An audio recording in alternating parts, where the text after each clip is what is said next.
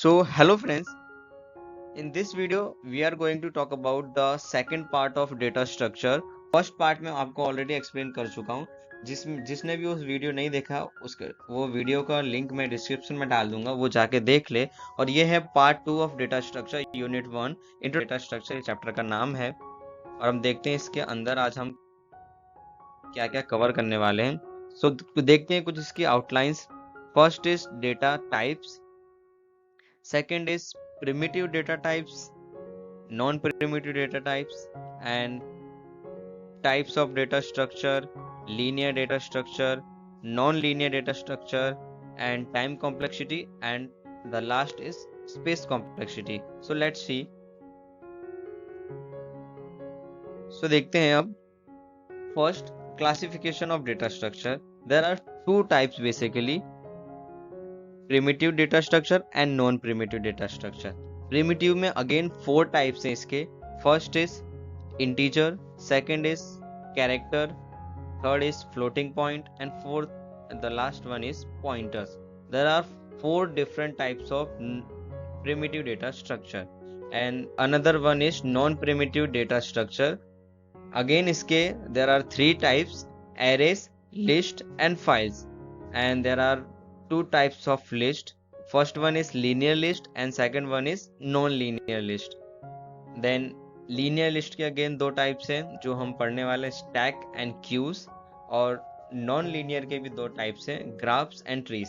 ये सब कंटेंट में आने वाले अपने सारे वीडियो में कवर करूंगा. सो एंड अब देखते हैं हम primitive data types and non primitive data types को थोड़ा और एक्सप्लेन करता हूं मैं कि इनके अंदर आता क्या क्या और होता क्या क्या है. सो मैंने ऑलरेडी आपको ओवरव्यू दे चुका है, तो इसमें वही लिखा हुआ है कि प्रिमिटिव डेटा स्ट्रक्चर.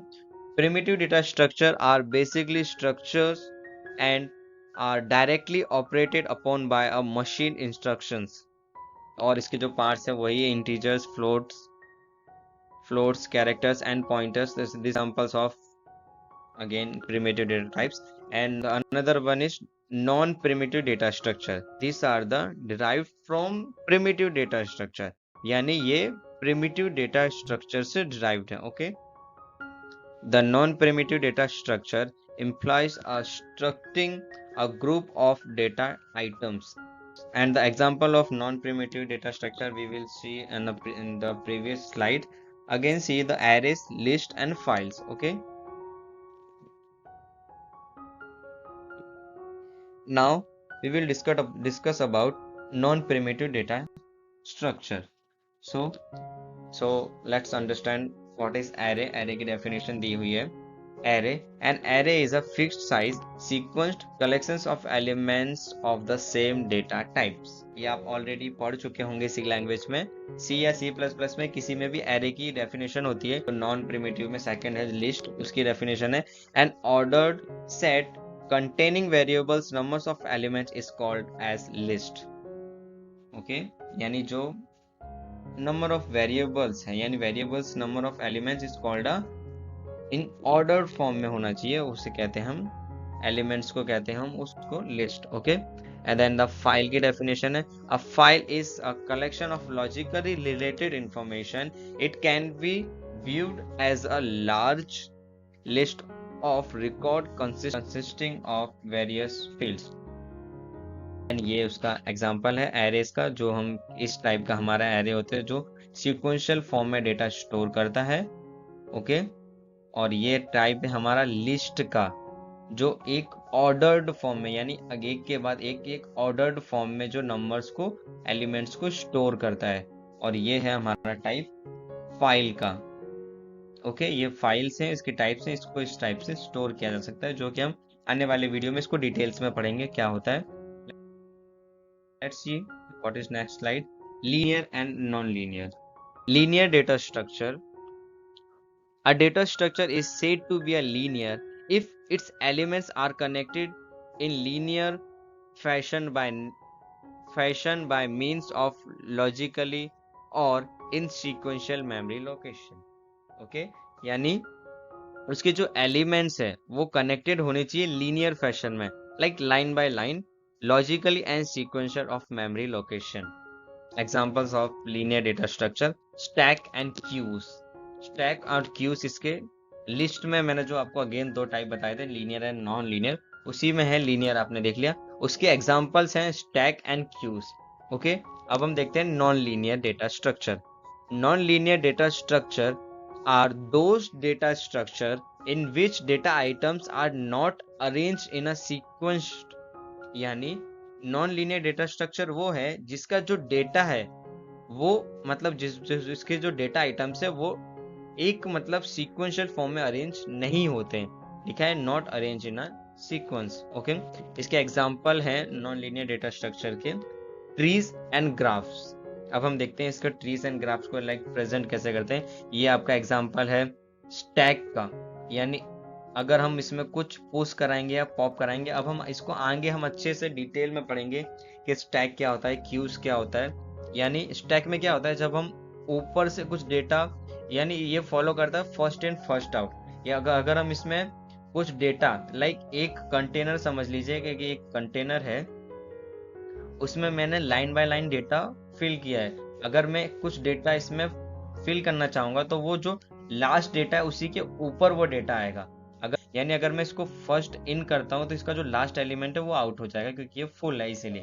और क्यूज में होता है अगर मैं लास्ट में कुछ इन करता हूँ तो उसका जो फर्स्ट वाला है वो बाहर निकलता है। और ये ट्रीज का एग्जाम्पल है और ये ग्राफ्स का एग्जाम्पल। ग्राफ्स आप मैथ में पढ़ चुके होंगे आई थिंक सो।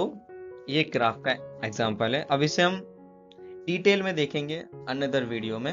अभी सिर्फ ओवरव्यू दे रहा हूं मैं कि क्या क्या होता है लीनियर डेटा स्ट्रक्चर में, नॉन लीनियर डेटा स्ट्रक्चर में। Okay, so let's see the operations of data structure, and there are so many operations we will perform in data structure. First one is create. It result in reserving memory of a program elements। यानी कुछ भी create करने के लिए इसका हम use करते हैं जो कि मेमोरी में रिजर्व करता है जाके। Okay, the second one is destroy. It destroy memory space allocated for specified data structure. Specified data structure यानी कुछ स्पेसिफाइड डेटा स्ट्रक्चर को डिलीट करने के लिए हम डिस्ट्रॉय का यूज करते हैं। And the third one is selection. It deals with accessing a particular data within a data structure। यानी किसी भी डेटा स्ट्रक्चर में पूरे में हम किसी को सिलेक्ट करना हो तो हम सिलेक्शन का यूज करते हैं। Then the another one is updation. It updates और modify the data in a data structure.